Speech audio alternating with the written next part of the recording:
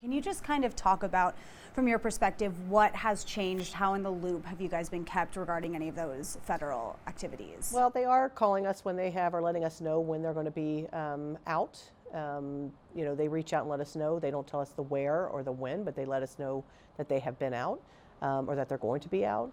Again, we have not been asked to assist in any way. There's certain legal obligations or laws that mandate we assist, but they have not asked for any assistance. Okay. And has there actually been an uptick when it comes to them informing you of when they're out, or is that just perception right now? I think it's perception, absolutely. It's kind of a strange thing, when this all started, we actually called in the group from ICE and from HSI to come in and have a conversation on how this all was going to be looking. And that's what they said is, look, we're out every single day, and we do call. We let the watch commanders know. We let people know we're out. But it's really more about just talking about it being more in the forefront now than it was. And there is still fear that exists in some communities regarding ICE operations and whatnot. Can you kind of just speak to that and talk a little bit about what you've done to meet with some of these groups? I think there is great fear, and I was just at a meeting with local pastors right before I came here to meet with you, and a couple were Hispanic churches, and there is real fear. They talk about not going to school, sending their kids to school, not coming to church. They were offering free English classes. People have dropped off from that, so there's this real fear. But I think it's important to talk about what is being when you look at who ICE is picking up, it is people with violent felonies. And so I think the thing is to go on with life and to make sure things are in proper order as far as your identification, all the things you're supposed to be doing. That's very important. But I think it's a good thing for the community as well to understand that these are really violent people that no one wants in their community. No one wants someone that's shooting, someone that's hurting other people in their communities.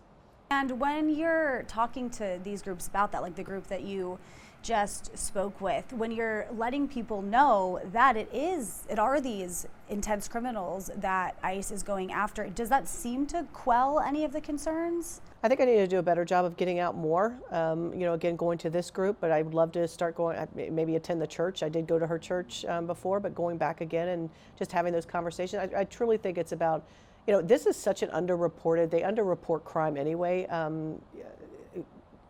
And so when you're having a group that underreports violence that's perpetrated on them, it's hard to come back and try to once again build that trust, because that's all we've been doing is trying to build trust for them to come forward, report things.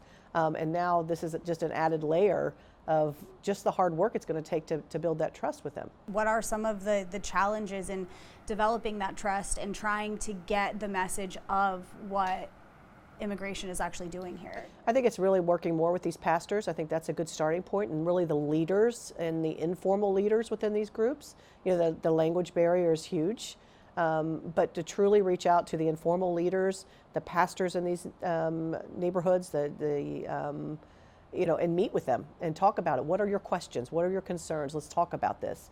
And so I know one of the recommendations I gave to one group was, well, reach out to ICE, reach out to HSI, have them come and ask them these questions.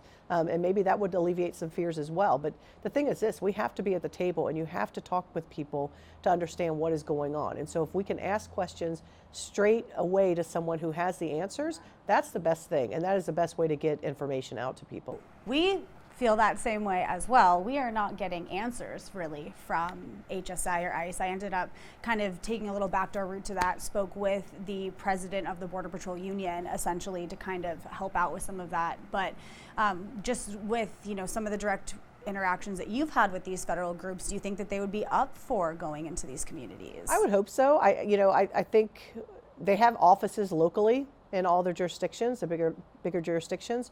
I would hope so. I don't know, what their schedules look like or what that could mean, but I would think just that communication of what is occurring could be very beneficial.